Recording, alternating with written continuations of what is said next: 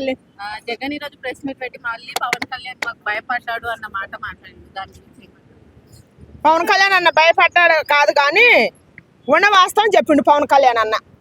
దానికి జగన్ అన్నకి మరి జగన్ అన్న సైడ్ ఉండేవాళ్ళు మొత్తం నాయకులు 11 మంది నాయకులు 11,000 మందిలా మాట్లాడతారంటే మరి ఆ సత్తా జగన్ అన్న ఇచ్చిందే కదా. మరి వీళ్ళు ప్రభుత్వంలో ఉండి కూడా వాళ్ళు ఏం చేయలేకపోతారు కదా. మరి దాంట్లో మరి వాస్తవం ఉందిగా. పవన్ కళ్యాణ్ అన్నే చెప్పిండు అంటే ఇప్పుడు సింపుల్గా అర్థమైతే నేనైతే ప్రతిసారి పవన్ కళ్యాణ్ అన్నకు డబ్బా కొట్టను, నేను ఉన్న మాటే చెబుతా అన్న. ఆయన నోటి గుట్ట ఆయనే చెప్పిండు కాబట్టి ఆయన ఏం చెప్పిండు 11 మంది కూడా 1100 మందిలా మాట్లాడారు దమ్ముగా అని అంటే మరి ఆ వైఫల్యం ఎవరికి వచ్చింది? వీళ్ళకే కదా, వీళ్ళల్లో ఉండబట్టే కదా.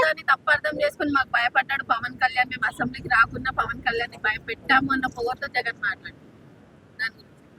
మరి ఆయన మాట్లాడింది కరెక్ట్. నేను ఇప్పుడు ఈ విషయంలో నేను జగన్ అన్న కళ్యాణ్ మాట్లాడతామ్మా, పవన్ కళ్యాణ్ అన్న కళ్యాణ్ మాట్లాడండి. ఎందుకంటే దేని గురించి అంటే ఆయన నోటి గురించి ఆయనే చెప్పిండు కాబట్టి ఆయనే చెప్పిన అమ్మా. ఇప్పుడు పరిపాలన ఉంది ఎవరిది? ప్రభుత్వం ఉంది ఎవరిది? తెలుగుదేశం వాళ్ళదే కదా, జనసేన వాళ్ళదే కదా. మరి వీళ్ళు మాట్లాడుతున్నారు అని అంటే మరి వీళ్ళ వైపు తప్పు ఉంటే మీరెందుకు స్పందించరు? మీరెందుకు కేసులు పెట్టరు? మీరెందుకు పట్టబోరు? ఇప్పుడు రోజక్క మాట్లాడుతుంది, మరి ఎందుకు మాట్లాడతలే మీరు? అసలు అంటే పవన్ కళ్యాణ్ అని ఉట్టు మీద వేస్తుంది, ఉట్టు మీద వేస్తుంది. మరి నీ కాదు తప్పు లేనప్పుడు మరి రోజక్క తోలు ఎందుకు పట్టలేదు? నేను అడుగుతున్నా క్వశ్చన్. నేను పవన్ కళ్యాణ్ అన్న అభిమాని అయినా కూడా నేను నిజమే మాట్లాడతా. ఆయనే చెప్పిండు నేను తప్పు చేసినా నువ్వే మాట్లాడమ్మా అని చెప్పిండు. నేను అది ఆ పరంగా మాట్లాడుతున్నా. ఇప్పుడు రోజక్క మాట్లాడుతూ అంటే నేను ఉట్టు మీద వేస్తుంది ఊపి, నువ్వెందుకు మాట్లాడతలా? తప్పు నీ కాడుందా రోజక్క కాడుందా? అంటే పార్టీ వాళ్ళు ఎవరు ఇట్లాంటి ఇష్యూ కావాలని చేస్తున్నారు, స్పందించకండి అని చెప్పి కూటమిలో అనుకొని మాట్లాడట్లేదు అన్న టాక్ వచ్చింది. అరే కావాలని కదా, మా అవతల వ్యక్తి తప్పు మాట్లాడినా కూడా ఎగబడి కొడుతున్నా కూడా నువ్వు ఇంకో సంప చూపిస్తావా? చెప్పు. ఇప్పుడు అవతల మనిషి నీ మేము తప్పు మాట్లాడుతుంది అనుకో, నీ వైపు తప్పు లేకపోతే నువ్వు అవతల మనిషి అనొచ్చుగా. ప్రభుత్వం నీది కదా ఉంది. నీ ప్రభుత్వం లేనప్పుడు నువ్వు నోరు మూసుకొని, నీ ప్రభుత్వం ఉన్నప్పుడు నువ్వు నోరు మూసుకొని ఉంటే మరి అవతల మనిషి మాట్లాడకేం చేద్దాం. అందుకే జాగ్రత్త నాకు పవర్ ఎక్కువ వచ్చింది. ఇప్పుడు వాళ్ళు అసెంబ్లీ పోతలేదు, మళ్ళీ వాళ్ళు గెలిచిన నియోజకవర్గాల ప్రజల సమస్యలని అసెంబ్లీలో వినిపించట్లేదు. మరి వాళ్ళ ప్రజలకి న్యాయం జరుగుతుంది అంటారా? ఎవరు? వైసీపీ వాళ్ళు అసెంబ్లీకి పోతలేరు. అసెంబ్లీకి పోకపోయినా కూడా బయట ఉండి వినిపిస్తాను వాళ్ళు ఎవరు గొంతు మోగ బాగాలేదు. ఎవరు పెట్టినా ధైర్యంగా బయట ఉండి వినిపిస్తాను వాళ్ళు. సమస్యల గురించి మాట్లాడకుండా ఏమంటారు పొడుచుడు మాటలు మాట్లాడుతున్నారు కదా. మరి పొడుచుడు మాటలు మాట్లాడతారు, మీరేం చెప్తారు? మరి తంత తన్నించుకుంటారా? తన్నించుకుంటారా? ఇప్పుడు నీకు పార్టీ పిచ్చి లేదు కాదయ్యా, నీకు పార్టీ పిచ్చి లేదు, నాకు పార్టీ పిచ్చి లేదు. ఇప్పుడు అట్ట కాదు, మనం మాట్లాడాలంటే మనకేంది, మనం ఉట్టి ప్రజలు. ఆయన పరిపాలన చేసినా ఈయన పరిపాలన చేసినా మన మధ్యలో ఉపాధి పొందే వాళ్ళమే, మనం ఓట్లేసి గెలిపించిన వాళ్ళు. ఇప్పుడు అసెంబ్లీకి వెళ్ళి మాట్లాడాలి కదా వైసీపీ వాళ్ళు గెలిచినప్పుడు. ఎవరు?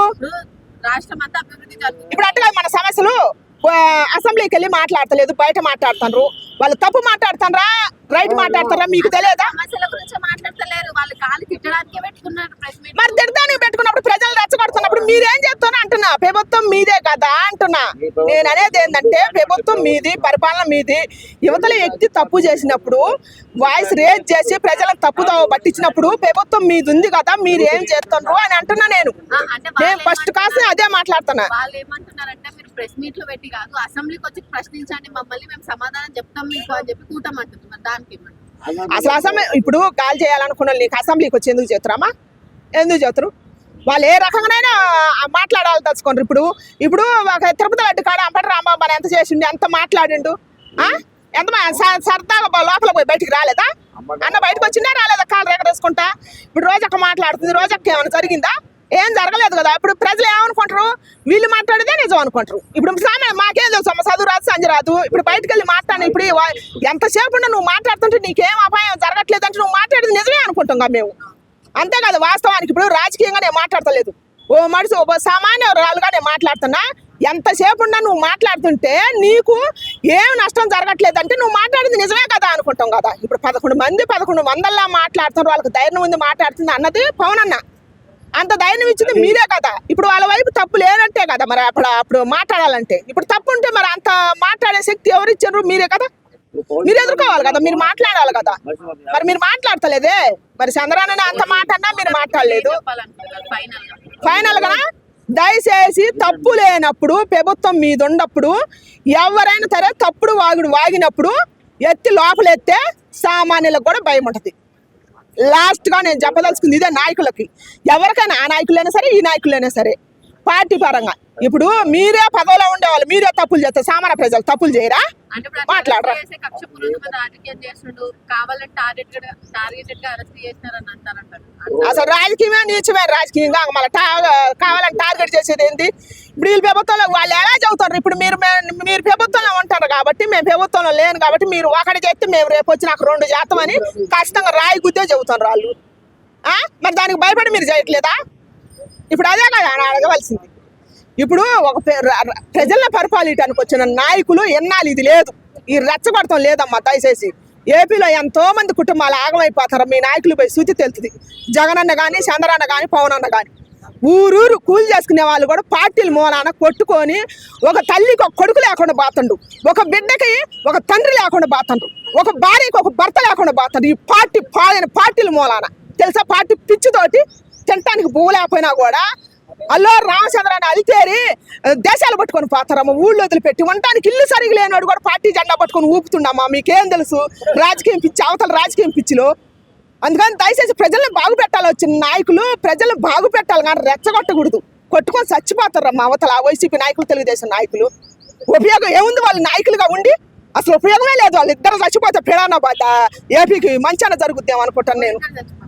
వాళ్ళిద్దరు చంద్రన్నాను జగనన్న. పవన్ కళ్యాణ్ కొత్త రాజకీయం వస్తుంది. ఏ నాయకుడైనా సరే ప్రజల జీవితాలతో ఆడుకునే నాయకుడు ఎవడైనా చచ్చిపోవాల్సిందే. ఎందుకు ప్రజలు పరిపాలన చేయనప్పుడు ప్రజల జీవితాలతో ఆడుకునేది ఎందుకు? మీ రాజకీయ జెండాలు చూపించి మొన్న ఒక ఆమె ఖమ్మంలో మా పాట పాడింది. రాష్ట్రం మారల రాజకీయ జెండాలు మారి నేను పాడింది ఆమె. సిగ్గు రావట్లేదు మనకి. రాజకీయ నాయకులు వాళ్ళు బాగానే ఉంటారు, మనకే సిగ్గు రావట్లేదు. నీ నాయకుడిని అంటే నేను ఊకోను, నా నాయకుడిని అంటే నువ్వు ఊకో.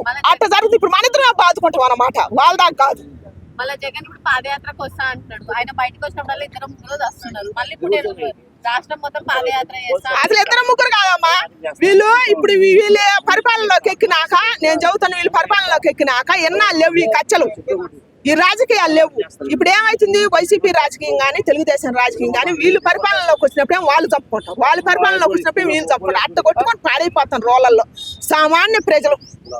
ఆస్తులు కోట్లు ఆస్తులు ఉన్న వాళ్ళు కూడా ఎవ్వరు లేరమ్మా. సామాన్య ప్రజలే వీళ్ళు రెచ్చగొడుతున్నారు అంతే. అవతల ఏపీలో ఎంతో మంది భవిష్యత్తు మట్టి కట్టిపోతుంది. ఇది నిజం. జగన్ పాదయాత్ర చేస్తే ఏపీ పరిస్థితులు ప్రజలైనని ఏమంటారు, ఆయన బాధలు వింటారా? మళ్ళీ ఆయన సీఎం ఛాన్స్ ఇస్తారా? చెబుతున్నగా నేను బాధలు ఇదేది. ఇప్పుడు వైసీపీ నాయకులు ఉండరు అవతల, ఇప్పుడు ఓడిపోయిన వాళ్ళు వాళ్ళు సొక్కాలు చింపుకుంటారు, వాళ్ళు ప్రాణాలు తీసుకుంటారు. వీళ్ళు బాగానే ఉంటారు నాయకులుగా.